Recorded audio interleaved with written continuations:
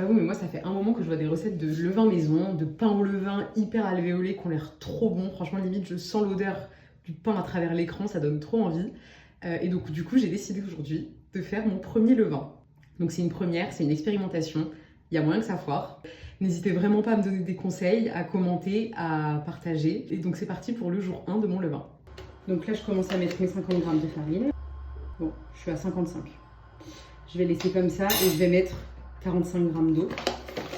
Du coup, je mets 10 g de moins à chaque fois. Honnêtement, je teste. Hein. Donc peut-être que, je sais pas, peut-être que ça va pas marcher, peut-être que les quantités elles seront pas bonnes.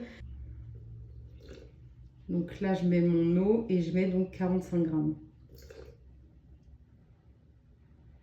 Je vais déjà mélanger, là je suis à 40 g, je vais déjà mélanger, voir un petit peu ce que ça donne.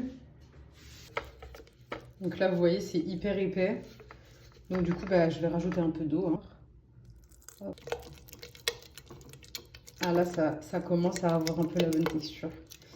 Donc voilà, en gros, il faut avoir une texture comme ça. Vous obtenez à peu près du coup ce mélange là, comme je disais, un petit peu pâte à pancake, un peu épaisse. En fait, c'est à ce moment-là que ça va commencer à fermenter. Donc vous allez le laisser pendant 24 heures à température ambiante. Donc il faut que ce soit dans une pièce à peu près autour des 20 degrés. Il ne faut pas qu'il fasse trop chaud ni trop froid. Et du coup, demain, on viendra l'alimenter.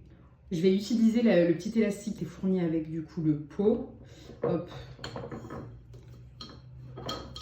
Et comme ça, je verrai si ça monte ou si ça monte pas. Et ensuite, du coup, il faut le couvrir. Alors attention, il ne faut pas du tout le couvrir de manière hermétique. Vous prenez un linge, alors un torchon avec un élastique que vous serrez, ça fera très bien l'affaire. Moi, avec le kit, du coup, il y a un petit support comme ça qui a été fourni. Donc du coup, c'est ce que je vais utiliser. Hop là. Donc voilà. Et du coup, je vais le mettre à reposer dans ma cuisine. Il fait à peu près 20 degrés, donc c'est bon pour la température. Et on se dit à demain.